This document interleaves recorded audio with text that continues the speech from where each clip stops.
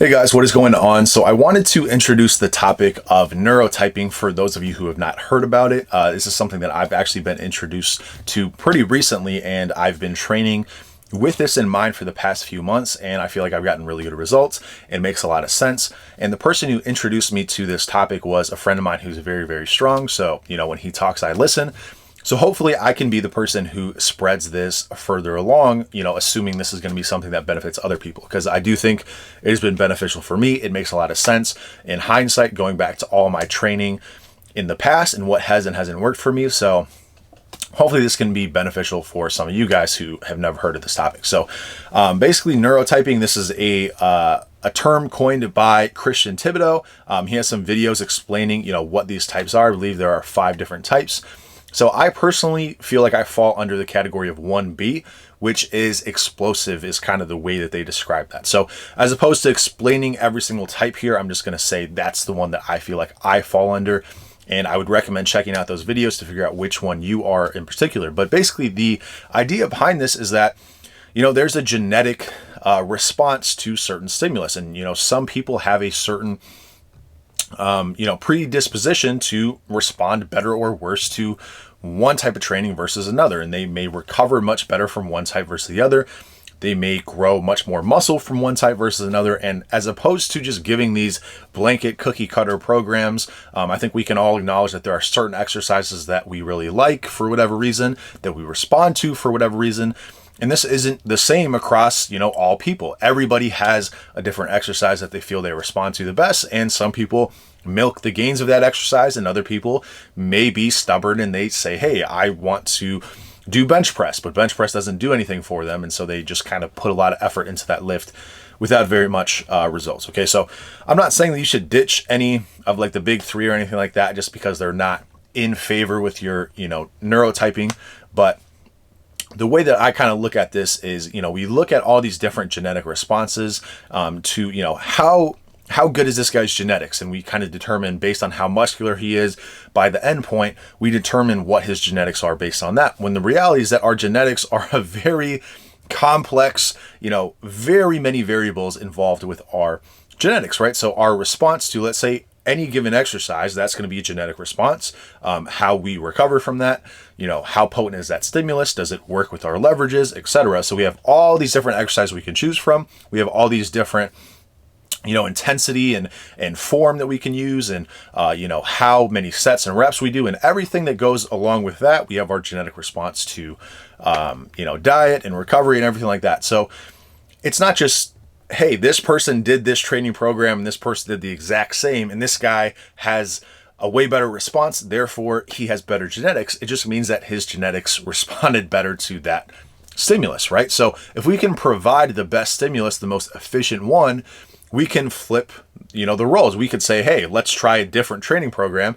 And all of a sudden, the person who is lagging from program A might excel on that one, and the other person who was excelling might be lagging. Okay, so if we can figure out our neurotyping, and I feel like this might not be the end all be all, but I think it's a very important way to get the conversation starting on what training stimulus is the best for us. Okay, so for me, the one that I found to be, my neurotyping was 1B, which is explosive. And so what I found in the past was when I lift in a very explosive fashion, this just seems to be comfortable for me. This seems to be something that makes, my body actively fights when I don't do this. And my body wants to do this if I just don't have any other instruction to do so. So for example, if you say, hey, you have to do this really slow eccentric pause at the bottom and then push up and just do it nice and control, that just doesn't really resonate with what my body wants to do. Now I can still do that, but it doesn't necessarily mean that's going to be the best stimulus for me, and it's going to be the most potent muscle builder for me. So when I've found that I've had the most success in my muscle building journey up till, relatively recently, I found that the time period where I saw the best gains was when I was lifting very explosively. And this is something that just naturally happened with me. And I was actually doing a training program in the period of my life that I saw the best gains. I was, maybe 15, 16 years old. And I was doing a training program with my strength and conditioning coach. So we had a conditioning coach for our basketball program. And I responded better than everybody else for some reason on these certain lifts. And I would always do them explosively. This was not under the, guidance of, hey, let's try and build the most muscle or get the strongest. It was all under this umbrella of, hey, let's get better at basketball. Let's get better at sports. Let's get more athletic. Let's prevent injuries, all these things, right? So it was never me trying to train in a way to put on muscle. And the reality was that I put on a bunch of muscle, right? And so in the future, I would have all of these, videos and everything saying you got to do these like really slow reps and, control the weight and make a certain weight feel heavier and all these things. And I think that there is some merit to that, especially for people who respond to that certain type of training. But for my neurotyping, what I kind of categorize myself as, it really seemed like that type of training was not beneficial for me, whereas the explosive style of training was. Okay, so he talks about it in his video, how doing, using your momentum in the rep is usually seen as a bad thing, but for this specific neurotyping, it's actually beneficial. And I've noticed when I've had the best strength gains, the best size gains, it's when I'm lifting explosively. So as opposed to doing squats where I'm going really slow and really trying to, get time under tension and everything like that, where I've seen the best results is doing the opposite and really utilizing, my genetic advantage of being explosive. There's another thing that's very apparent when you watch me do something like bench pressing. If I'm about to fail a rep, let's say I'm doing a set of 10 or something like that, it might look like my second to last rep is like RP5 or something like that, or, I'm just making that number up, but it looks like it's pretty easy. And then I fail on the next rep, or that last rep is a massive grind, right? This is because by nature I lift very explosively. And I've noticed with a lot of other athletes, people who have played sports in the past, and, a lot of those people are naturally explosive. That's why they usually excel at sports. For me, when I was younger, I was always into like dunking. And so that fast twitch muscle fiber, explosive style of training was just something that I excelled at more and I responded to better.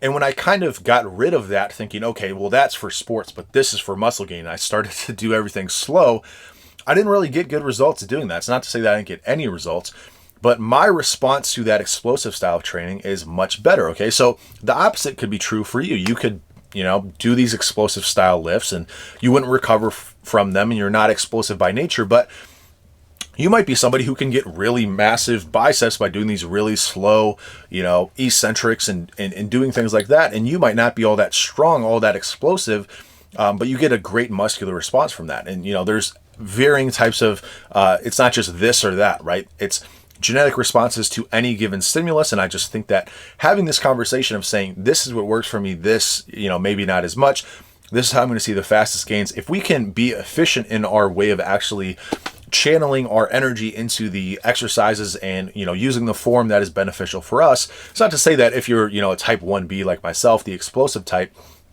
doesn't mean that you never lift slowly. It just means that understanding that that's where, your neurological system is, most comfortable, and that's how your body could potentially see the best gains, I think has really shifted my mindset. And so now when I lift, I keep that in mind. And when I do my heavy compounds, I think about that. And I feel like that's been very beneficial for my gains in recent months. And, one thing that I've noticed is when I'm doing like a bench press, for example, I always try and lift as explosively as possible. And I think that's one reason why, even though I don't have particularly large muscles in terms of pressing muscles, I've always had that ability to improve my bench press, in the absence of, a calorie surplus, in the absence of putting on a whole bunch of muscle in those prime movers. I feel like I've been able to push my bench press up, by utilizing that. And then when I, utilize exercises where I'm not trying to do super slow reps, for those pressing muscles, I feel like that's when I've had the best success in growing them. So this is just me talking about my type, which I may fully align with. I might be partially aligned with that, but I think looking into this subject for yourself and really determining, hey, this is something that I might actually get some use out of because I've been training in a certain method. It hasn't really been working all that well. It doesn't feel right, and for me, that was kind of those slower reps. So could be the total opposite for you. As opposed to trying to lift explosively, you might really benefit from slowing things down. And I think a lot of people have had a lot of success with that. So as opposed to saying, this is the way, I'm not going to tell you that lifting explosively is the best way to lift. Another person probably shouldn't be telling you that you should perform every rep super slow.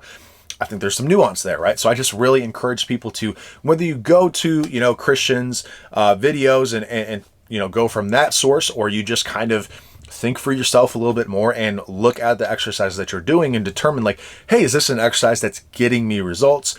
Is this giving me a good stimulus? Am I growing from this?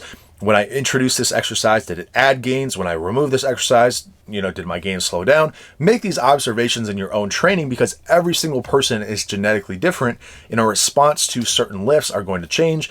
And as opposed to just doing a program and doing a certain exercise just because everybody else does and this works for other people, we are all individual, and understanding our genetic response to these things, I think, can make our results become, much faster, and we can be much more efficient where we channel our energy. So hopefully that can help you guys. I feel like it's been very beneficial for me in recent months after having that understanding. So hopefully that can help you. So anyway, that's all I got to say about that. I will keep you updated, and I'll talk to you soon.